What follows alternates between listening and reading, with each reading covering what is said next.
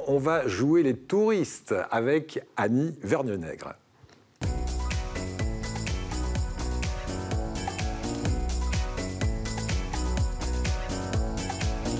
Bonjour Annie. Bonjour Eric. Merci d'être avec nous. Alors, les greeters, c'est le sujet du jour, un sujet très pratique.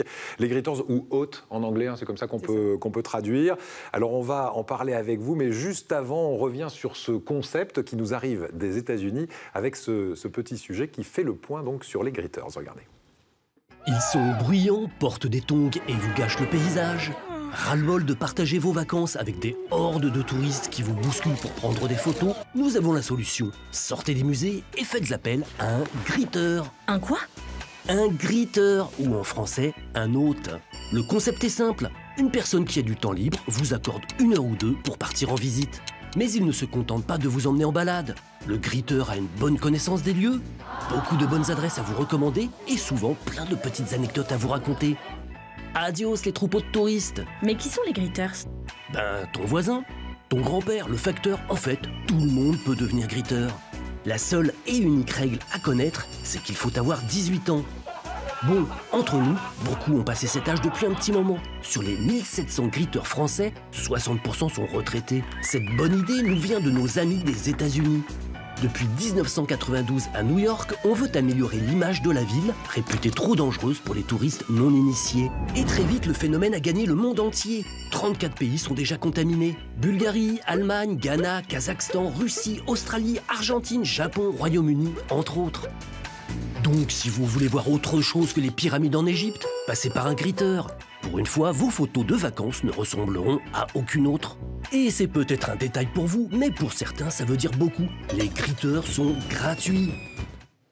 Les greeters sont gratuits, effectivement. D'ailleurs, on le verra, c'est pas rémunéré d'être greeter. Il faut être vraiment passionné par sa ville et on va avoir envie de la partager avec des touristes. Alors, on l'a vu, les greeters, ça peut être absolument tout le monde.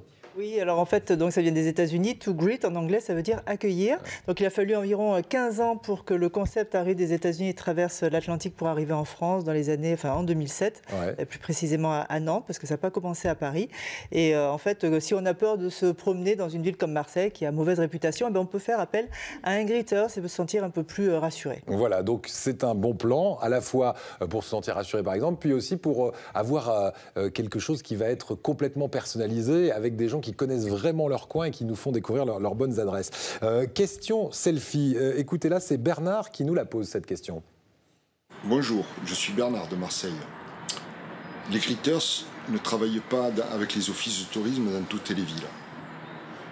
À Marseille, ce n'est pas le cas. Par exemple, à Valence, ils le font. Pourquoi on n'y arrive pas de partout? Voilà ma question. Bonne journée, à bientôt. Alors, à bientôt. Merci Bernard pour cette question. Est-ce que les greeters sont indépendants des offices de tourisme ou est-ce qu'ils sont liés à ces offices? En fait, il n'y a pas de règle.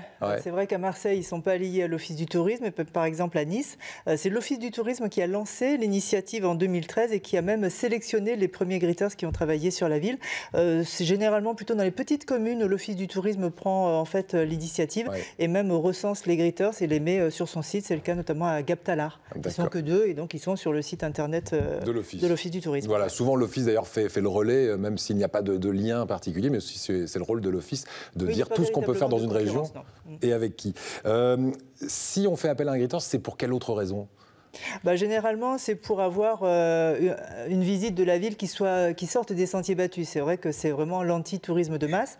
C'est plutôt une balade, je dirais, qu'une visite touristique proprement parlée de la ville. Le greeter, en fait, va parler de la ville qu'il connaît, mais selon un petit peu ses centres d'intérêt, ses passions. Donc, il est là pour promener les gens, un peu comme si c'était des amis ou de la famille qui venaient et qui se promenaient avec eux dans la ville. Alors, comment on trouve un greeter? C'est facile. Alors, par le biais des offices de tourisme peut-être, mais comment on fait? Il suffit en fait d'aller sur le site des greeters. Chacun, il y a des sites locaux. Donc on va aller s'inscrire, remplir une fiche dans laquelle on va rentrer son profil, son âge, ses goûts, puisque en fait la visite va se faire aussi en fonction des affinités et des centres d'intérêt. Surtout ses disponibilités, ça c'est très important. Ça sera envoyé, cette annonce, aux différents greeters de la ville, qui eux vont répondre. Et c'est le premier qui répond qui va proposer un horaire et un rendez-vous au touriste. Et c'est le touriste qui valide. ville. Donc on ne choisit pas son Greeters, c'est le Greeters qui choisit ses visiteurs. Est-ce qu'on en trouve partout par contre? Dans toutes les villes, on a des Greeters? Alors on en trouve de plus en plus, hein. Effectivement, aujourd'hui 34 pays, ça fait à peu près 150 villes à travers le monde. Il y en a énormément en France, c'est une des premières destinations Greeters et c'est normal parce que la France est aussi une des premières destinations touristiques. Il y a une cinquantaine de villes en France, beaucoup dans le sud de la France aussi. Alors on en trouve dans la région, dans des villes comme Marseille, comme Nice, à Toulon ou à Cannes. Le Salon de Provence est en train de se mettre en place. Alors il faut faire attention parce qu'il faut parfois prévoir plusieurs jours à l'avance pour s'inscrire. À Marseille, on m'a dit que c'est à peu près 3 jours, mais si on veut aller dans une ville très demandée comme Paris, il vaut mieux prévoir une quinzaine de jours à l'avance. Voilà, alors est-ce qu'il y a une sélection? Est-ce qu'ils sont triés sur le volet finalement ces Greeters ou pas? Alors si vous voulez devenir Greeters, vous allez effectivement contacter l'association locale et vous allez être convié à une réunion de recrutement. Bon, le terme est un petit peu officiel, même si ce n'est pas un métier. Et c'est vrai que là, on va un peu juger de vos motivations, savoir pourquoi vous le faites. Si vous le faites pour l'argent, ce n'est pas la peine de rester. On va aussi juger si vous êtes sérieux, prêt à vous engager, on va dire un petit peu sur la durée. Et puis, on demande aussi d'assurer une dizaine quand même de sorties par an. Donc, il faut pouvoir quand même s'investir suffisamment. On va même vous demander d'adhérer à l'association, 15 €. C'est aussi une façon de sélectionner un petit peu le sérieux des gens. Alors, justement, qu'on ait besoin d'un Greeter pour se faire guider, qu'on ait envie de devenir Greeter ou si on a simplement envie de s'intéresser dans un premier temps à comment devenir Greeter, vous avez des liens qui sont utiles sur Internet, notamment. Oui, alors il y a les différents. Si on veut voir, disons, ce qui est proposé dans les différents pays, il y a un site international de Global Greeters. Il y a aussi pour la France, donc toutes les villes qui sont recensées sur le site de la Fédération française des Greeters. Et après, on peut aller sur un moteur de recherche, taper Greeters et la ville qui nous intéresse. On a des chances de trouver la ville qui nous correspond. Ça marche bien, ce tourisme participatif? Alors ça marche, il y a une grande attente en tout cas de la part des gens. C'est vrai qu'au niveau des Greeters, le nombre est un petit peu en train de s'user. Enfin, il y a un peu un phénomène d'usure. On me disait à Marseille, ils étaient 90 en 2015, ils ne sont plus qu'une cinquantaine. Donc c'est vrai que les associations recherchent en permanence des bénévoles. Donc si on est intéressé, on peut se rapprocher des différentes associations.